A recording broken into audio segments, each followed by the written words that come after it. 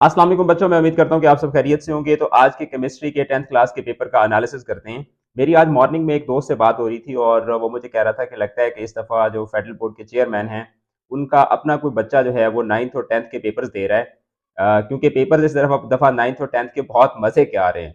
तो मैंने कहा नहीं यार, वो तो काफ़ी माशाल्लाह से बूढ़े हैं और उनके बच्चे तो अब बड़े हो गए होंगे। तो शायद हो सकता है कि पिछले साल के जो पेपर्स थे उसमें जो बच्चों के रगड़े लगे थे, तो इस दफ़ा हो सकता है कि उनको एहसास हो गया हो। जो पिछली दफ़ा हम लोग आवाज़ें उठाते रहे हैं, मैंने खुद आपके सामने कितना रौला डाला था पेपर्स के ऊपर, तो हो सकता है कि उनको ये एहसास हो गया हो कि भई पेपर किस तरीके से एसएलओ में बनाना होता है।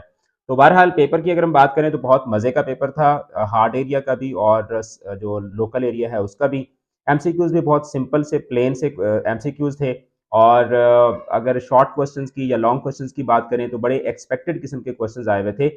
इवन मेरे जैसा जो साइंस का बंदा भी नहीं है, जो आर्ट्स का बंदा है, मैं जो एक्सपेक्ट कर रहा था कि ये क्वेश्चंस आएँगे तो एग्ज़ैक्टली वही उसी तरह का ही पेपर आया हुआ था।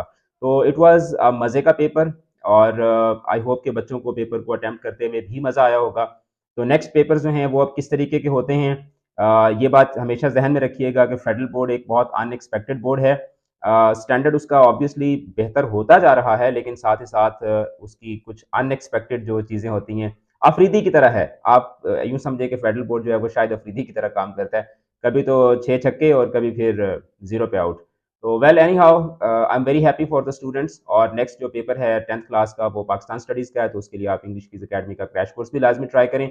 और इसी तरीके से जो 9th के बच्चे हैं उन सब के लिए भी all the best for the upcoming exams और 10th के बच्चों के लिए भी। फर्स्ट ईयर, सेकंड ईयर के पेपर्स में क्या होता है, ये वक़्त बताएगा। जुड़े रहें चैनल के साथ, अपना रखिएगा बहुत-बहुत ज़्यादा ख़्याल। All the best. खुदा हाफ़िज़।